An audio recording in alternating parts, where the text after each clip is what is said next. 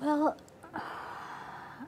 you know, I know when was the moment that I received the call to the rabbinate.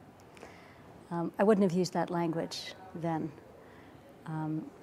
But my Hillel rabbi, Al Axelrad, Brandeis University, who was a really wonderful mentor to a couple of generations of young people and just loved to identify students that he thought had leadership potential for the Jewish community.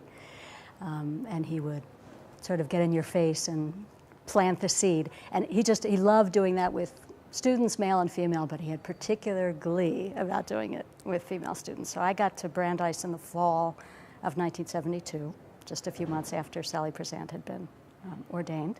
I'd grown up in the conservative movement, but he had gotten his ordination from the Reform movement. So he heard me daven, lead the davening one Shabbat morning, and kind of got in my face afterwards and said, I'm taking you out to lunch on Monday, or whatever it was.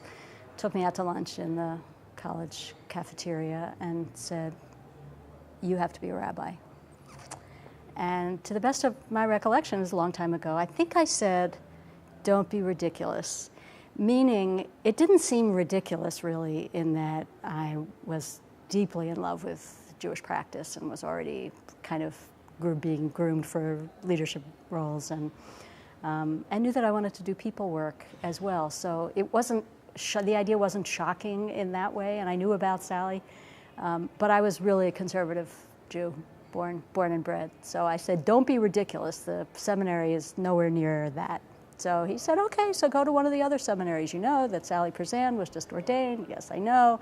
Reconstructionist Rabbinical College has a woman in the pipeline. You know, you could go to one of the other seminaries. And I don't remember how much of this conversation, you know, we had at that lunch. I didn't know at that lunch that it seemed ridiculous. It seemed I knew that I didn't belong in another movement. I didn't belong in another seminary.